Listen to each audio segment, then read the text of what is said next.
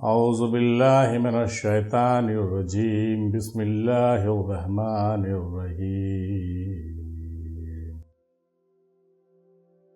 کیا حضرت خضر علیہ السلام سے ملاقات ہو سکتی ہے؟ اگر ہاں تو کیسے ہوگی؟ خضر علیہ السلام تو باحیات ہیں، ان سے ملاقات تمام تو نہیں کہیں گے لیکن کم و بیش تقریباً تمام اولیاء نے اپنے بیانات میں کیا ہے، ان سے ملاقات ہوتی رہتی ہے، وہ راہ رہنمائی کرتے ہیں اور وہ آب حیات پی کر کے ابھی جی رہے ہیں، ٹھیک ہے نا۔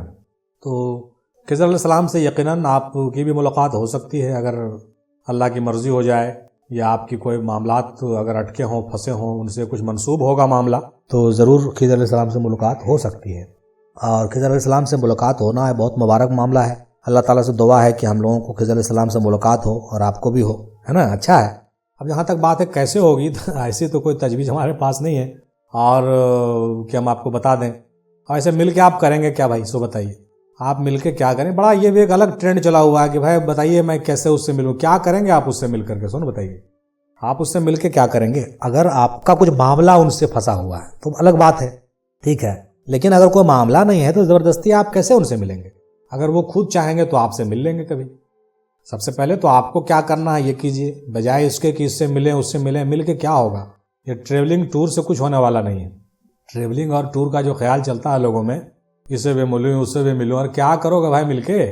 ارے تمہارا جو کام ہے وہ کرو نا یار، ہیں؟ باقی جس کو ضرورت ہوگا تم سے ملنا وہ تم سے خود مل لے گا، کہ ہم تو کہتے ہیں میرا یہ ماننا ہے، میرا فنڈا دوسرا ہے۔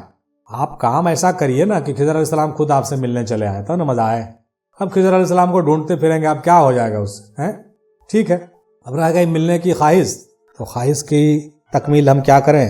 دعا کر سکتے ہیں آپ کے لیے، اور آپ بھی دعا کریں، ٹھیک ہے۔ کچھ نسخے بھی تجویز آپ کے لیے کچھ لوگ کریں گے، آپ اس کو استعمال کیجئے، انشاءاللہ کبھی موقع ملا تو ہم بھی کچھ نسخے تجویز آپ کے لیے کر دیں گے، لیکن اس سے ہوگا کچھ نہیں۔ آپ اپنے مسائل پر دھیان دیں، آپ اپنی زندگی کو کامیاب کریں اور اپنے مقصد حیات پہ پورا فوکس کریں۔ باقی جن لوگوں کو آپ سے ملنا ہوگا وہ خود آپ سے ملیں گے، ٹھیک ہے۔ آپ ان چیزوں میں زیادہ دخل نہ دے تو زیادہ بہتر ہوگا، ٹھیک ہے۔ امید ہے میری بات سمجھ میں آ رہی ہوگی۔ پھر آخر میں کسی نے پوچھا کہ کسی بھی صاحب مزار سے فیض کیسے حاصل کر سکتے ہیں؟ ہاں بھائی، فیض حاصل کرنے کا طریقہ تو بہت ہے بھائی۔ لوگ جو ہے حاضری دے کر کے فیض حاصل کرتے ہیں، فاتحہ پڑھ کے فیض حاصل کرتے ہیں۔ بعض بزرگوں نے سورہ مزمل کا بھی بڑا ذکر کیا ہے، ٹھیک ہے۔ چاروں کونا پر جو ہے سورہ مزمل کا 11 مرتبہ اگر ہم ورد کریں، ذکر کریں تو محنت کریں تو وہ محنت سے کیا ہوتی ہے کہ حاضری ہوتی ہے بزرگوں کی، جو حاضری ہوتی ہے تو فیض یابی بڑھ جائے گی، ٹھیک ہے۔ یہ سب طریقے ہیں، لیکن ہم ان تمام چیزوں کو بالکل یہ نہیں کہیں گے کہ آپ ڈائریکٹ اس کا استعمال کر لیجئے، بلکہ ان چیزوں کو کرنے سے پہلے اپنے پیر سے ضرور رابطہ کر لیں، رہنمائی لے لیں، ان کی گائیڈ لائن میں کریں تو بہتر ہوگا۔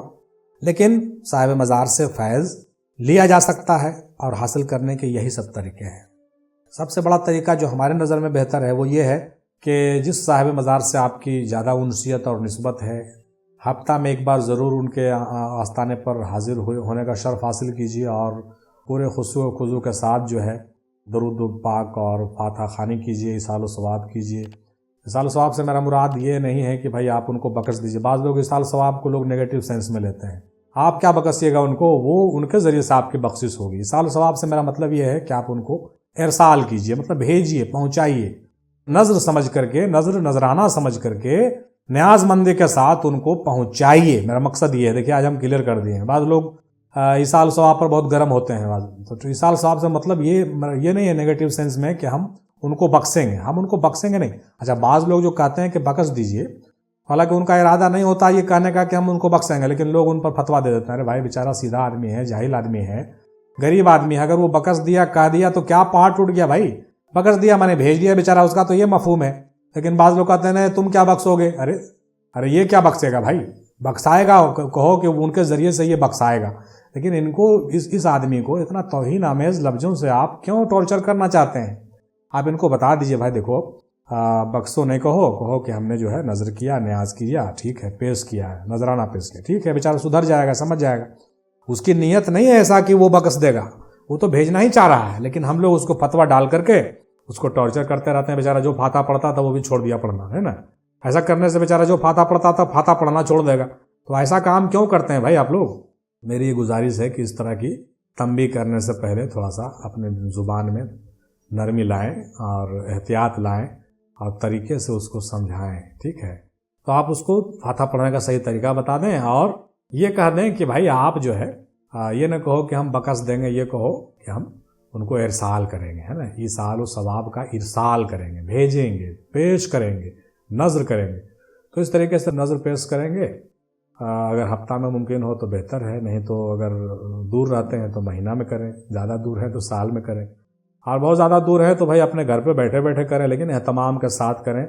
تو جس ہستی سے آپ فیوز لینا چاہتے ہیں ان کا اسم گرامی ضرور لیں، رسول پاک کا لے کر کے، تمام پنجتن صحابہ سب کا لے کر کے، تمام اولیاء کا، غوث پاک کا وسیلہ دے کر کے، پیران پیر کا، تمام اولیاء کا نام لے کے پھر اس ہستی کا نام لیں اور ان کے بارگاہ میں اجزا اور انکساری سے اپنا ہدیہ عقیدت پیش کریں۔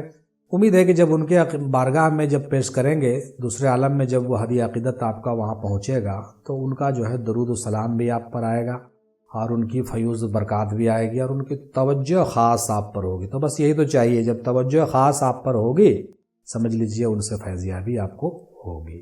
یہی تو پھنڈا ہے اور تو کچھ نہیں ہے بھائی۔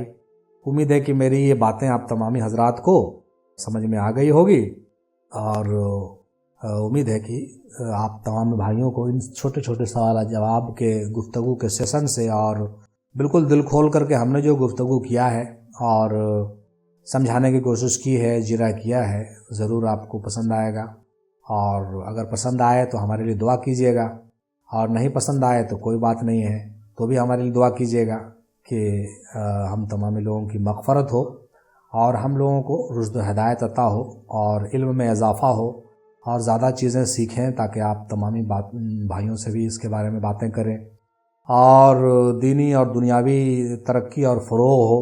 بالخصوص دنیاوی سے مراد یہ ہے کہ ہم اس مشن کو کامیابی کے ساتھ لوگوں تک پہنچا سکیں اور دینی جو روحانی جو ترقی ہے وہ ہم لوگوں کے لطائف روشن ہوں اور اپنے منزل و مقصود تک ہم پہنچ سکیں۔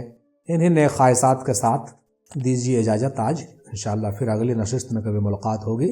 تب تک کے لیے خدا حافظ، فی امان اللہ تعالی، وآخر دعوانا الحمدللہ رب العالمین برحمتک یا ارحم الراحمین، باق لا الہ الا اللہ محمد الرسول اللہ صلی اللہ تعالی علیہ وسلم۔